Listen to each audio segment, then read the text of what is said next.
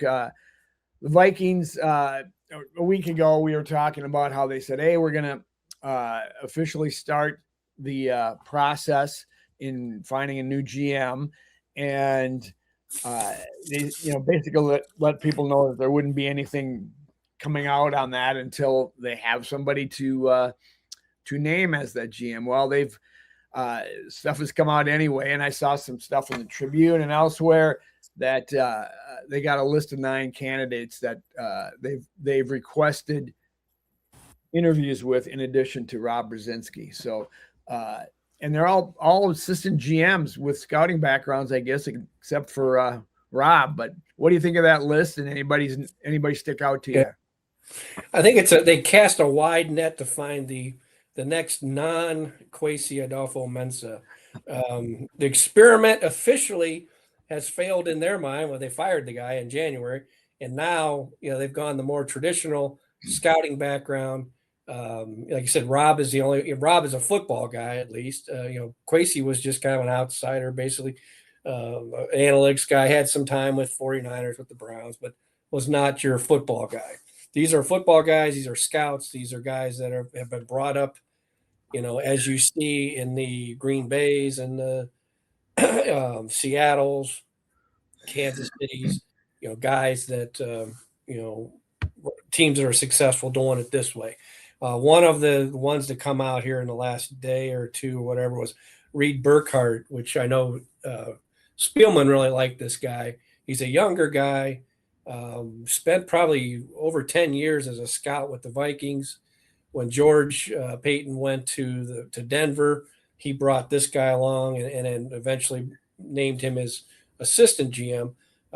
We also saw George do an extension here in the last couple of weeks.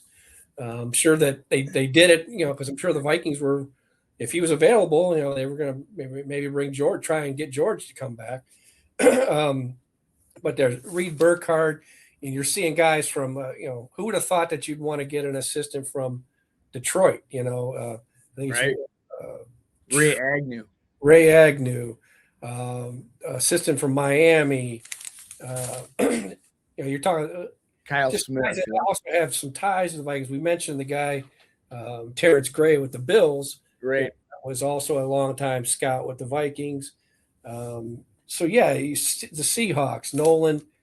Teasley, the Rams. Of course, you got to get a Ram in there somewhere. John McKay, get one of the McKays here in wow. Be pretty cool. Yeah. 49ers, RJ Gillen. So these are not guys I know. I know. That was my next question. But I don't know. But what you need to know, I guess, at this point is, and one of them was. Was an older guy. Maybe it was Agnew. Yeah, maybe. I'm not sure. So, it's such an opposite approach from what, that tends to happen in the NFL whenever coaches or GMs, you go opposite. But boy, they don't want any part of what they did 4 years ago.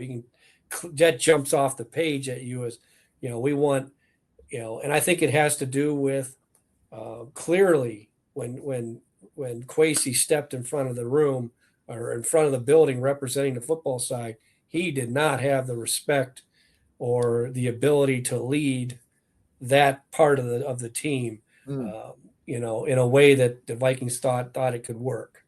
So it'll be interesting to see which one of these guys they get.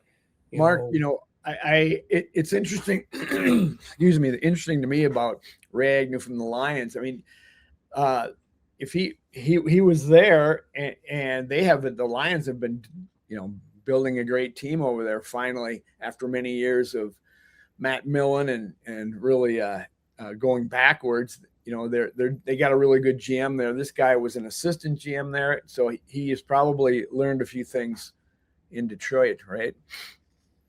Yeah, that's what you're a lot of what you're going, familiarity is, with the guy with Reed Burkhardt, with Terrence Gray, but you're also looking, hey, it's a copycat league and you're trying to copy what's going on in Detroit now, personnel wise.